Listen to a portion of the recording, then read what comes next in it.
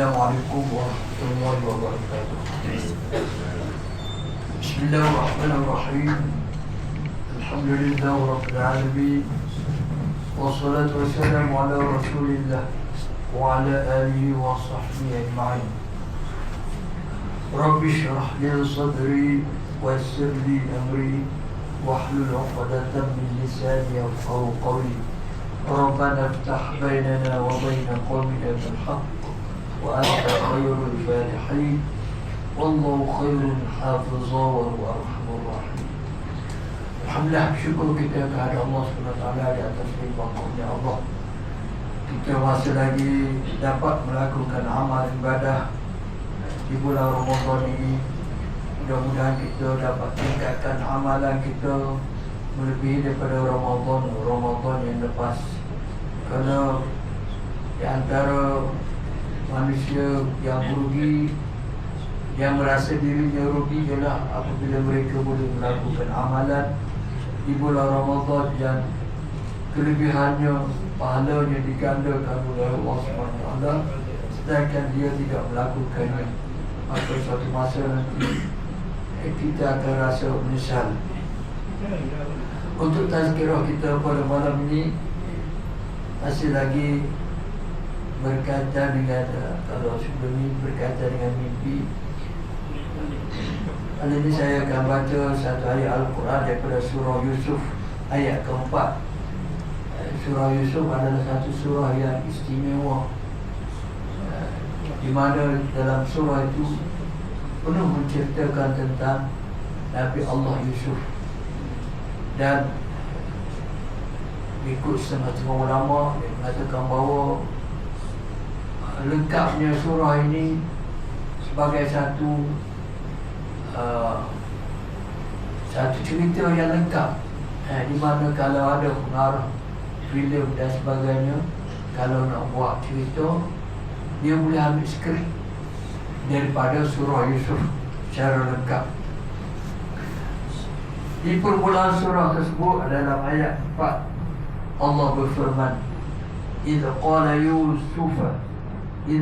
Yusuf li abihi ya abati inni ra'aytu ahada 'ashara kawkaban wasyamsa wal qamar ra'aytuhum li sajidin." Yang berarti, ingatlah satu peristiwa ketika Nabi Yusuf berkata kepada bapaknya. Dalam ayat ini Nabi Yusuf, Allah SWT menceritakan bahawa Nabi Yusuf telah memanggil ayahnya, "Ya abati." Perkataan dalam bahasa Arab "ya abati" adalah satu perkataan panggilan bagi ayah yang melambangkan kasih sayang dan hormat pada ayah. Kerana dalam bahasa Arab, ayah ini mempunyai berbagai perkataan. Ada orang ayah dipanggil abi, ada orang ayah dipanggil abuya. Semuanya itu bermakna ayah. Tapi dalam ayat ini Nabi Yusuf berkata pada ayahnya, dia tak kata ya abi, tapi dia berkata ya abati. Perkataan ya abati menunjukkan bahawa rasa kasih sayang, hormat dia kepada ayah dia. Nabi Yusuf berkata kepada ayahnya, "Ya abati, inni ra'aitu ahada 'ashara." Sesungguhnya aku dapat melihat 11 bintang-bintang. Ahada 'ashara, inni ra'aitu, aku dapat melihat. Pada Nabi Yusuf dapat melihat betul. Bukan tulis jauh-jauh, bukan pandang saja, tapi lihat betul-betul 11 bintang-bintang. Wasyamsa, dan matahari. Wal qamar, dan bulan. Boleh tengok matahari, boleh tengok bulan. Itu Allah bagi pada Nabi Yusuf. Ikut ulama dia kata di antara manusia ni yang dapat melihat bintang secara direct depan-depan. Kita lihat bintang bukan bintang sangat, kita lihat cahaya dia. Kerana cahaya bintang-bintang ini dipantul daripada cahaya matahari. Jadi Nabi Yusuf dia dapat lihat betul. Satu keistimewaan yang Tuhan bagi pada Nabi Yusuf tidak diberi pada Nabi-Nabi lain. Nabi Yusuf dapat melihat bintang-bintang sebelah bintang-bintang. Wasyamsa dan matahari. Boleh tengok matahari. Itu kuasa Allah. Allah bagi kebenaran pada Nabi Yusuf dapat melihat matahari. Sedangkan matahari ini nak tengok tak boleh tengok secara direct. Kalau masuk berlaku gerhana matahari pun, bagaimana yang saya cerita malam, berlaku gerhana matahari pada hari lihat anak bulan, tapi tak dapat dilihat di Malaysia, dapat lihat di kawasan belah kutub.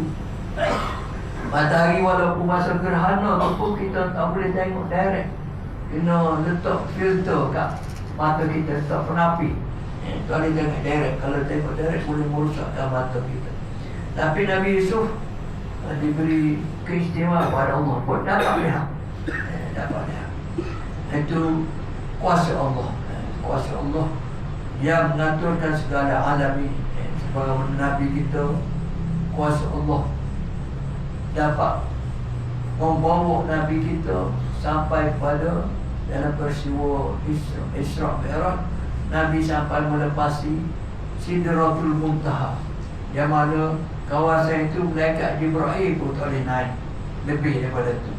Bila Jibril mengiringi Nabi dalam peristiwa Isra Mi'raj sampai di Sidratul Muntaha, malaikat Jibril kata, "Ya Rasulullah, naik sendirilah, aku tak boleh naik dah. Takkan kalau aku naik lebih daripada ni, hancur aku." Itu Jibril. Tapi Nabi boleh melepasi sempadan yang menjadi Jibril boleh melepasi, tapi Nabi boleh melepasinya. Itu kuasa Allah, keizinan daripada Allah. Nabi Yusuf dapat melihat matahari dan bulan. Kemudian Nabi Yusuf sebut lagi, "Ra'aituhu," aku dapat melihatnya. Semua benda itu, semua benda itu li sajidi, sebelah bintang-bintang, matahari dan bulan sujud padaku. Itu keistimewaan Nabi Yusuf. Dan satu peristiwa berlaku pada zaman Nabi. Ada orang Yahudi datang jumpa Nabi. Dia kata, "Ya Muhammad, kalau kamu betul Rasul, cuba sebut nama bintang-bintang yang sujud hormat pada Nabi Yusuf. Tolong sebut nama dia. Gapo bintang-bintang? Bintang gapo?" Nabi bila orang Yahudi tanya demikian, Nabi senyap. Kerana Nabi tak tahu. Dalam Nabi senyap itu, tiba-tiba datang Jibril. Datang Jibril bagi tahu pada Nabi, wahyukan pada Nabi nama-nama bintang tersebut. Sebelah bintang itu, gapo nama dia. Lalu Nabi pun bila Jibril bagi tahu, Nabi pun tengok semula pada orang Yahudi. Jadi berkata, "Aku kalau benda aku Nabi, tolong bagi nama sebelah bintang-bintang itu. Sekarang aku nak tanyamu, kalau aku boleh beri nama sebelah bintang-bintang itu, aku masuk Islam?" Nabi cabar balik dia. Dia cabar Nabi, kalau betul Nabi bagi tahu nama sebelah bintang-bintang itu. Bila Nabi diberitahu oleh Jibril, Nabi tanya balik pada Yahudi itu, "Kalau boleh aku cerita sebelah nama bintang-bintang itu, aku nak masuk Islam?" Orang Yahudi dia kata ya. Lalu Nabi menceritakan nama 11 bintang-bintang tersebut. Sebelah bintang-bintang itu, yang pertama nama dia Jarian. Nama Jarian tak biasa dengar juga kita tu. Yang kedua nama dia At-Tariq. Ini biasa kita dengar. Mana kita dengar? As-Samai wat-Tariq, An-Najmu Ats-Tsaqib. Itu nama bintang At-Tariq. Dalam tafsir Quran, bintang At-Tariq satu bintang yang bunyi. Dia bunyi bintang itu. Bunyi gunung bintang itu berbunyi. Dan diceritakan masa apa ni, Amerika apa tu, ni Armstrong naik bulan tu. Dia bila sampai situ dia bunyi. Boleh dengar. Bukan rupanya yang berbunyi itu adalah bintang yang bernama At-Tariq, disebut dalam Al-Quran. Was-Samai wat-Tariq. Itu yang kedua, bintang At-Tariq. Dan yang ketiga bintang Zalyal, Dzulkiflan, Qabis, Watsab, Amadud, Faliq, Nasbih, Daruh dan Zulfur. Itu nama-nama bintang. Sebelah bintang-bintang Nabi boleh sebut. Pasal apa Nabi boleh sebut? Itu mukjizat. Bila Nabi tak boleh jawab, Nabi dia senyap. Tapi mereka mari dulu cerita pada Nabi nama-nama bintang tersebut yang dapat mengalahkan cabaran orang Yahudi tersebut. Banyak benda-benda yang mana bila Nabi tak boleh jawab, akan dibantu oleh mereka. Mereka akan cerita benda tersebut. Kerana mereka adalah guru pada Nabi, guru pada Nabi kita. Itu cerita tentang sebelah bintang-bintang. Itulah sedikit tazkirah untuk kita ingati apa ni, nama-nama bintang tersebut. Dan insyaAllah pada malam 28 kita akan dapat tengok bintang-bintang yang bersejajar sebagaimana yang saya sebut sebenarnya. Dan pada tiga hari bulan Mac kita akan dapat lihat satu gerhana bulan, gerhana penuh bulan, bukan gerhana sikit-sikit, gerhana penuh.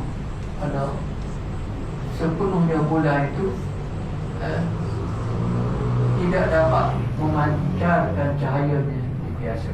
Dan insyaAllah saya ulang sekali lagi, insyaAllah kita akan buat supaya sunat gerhana di masjid kita ini. Wallahu a'lam.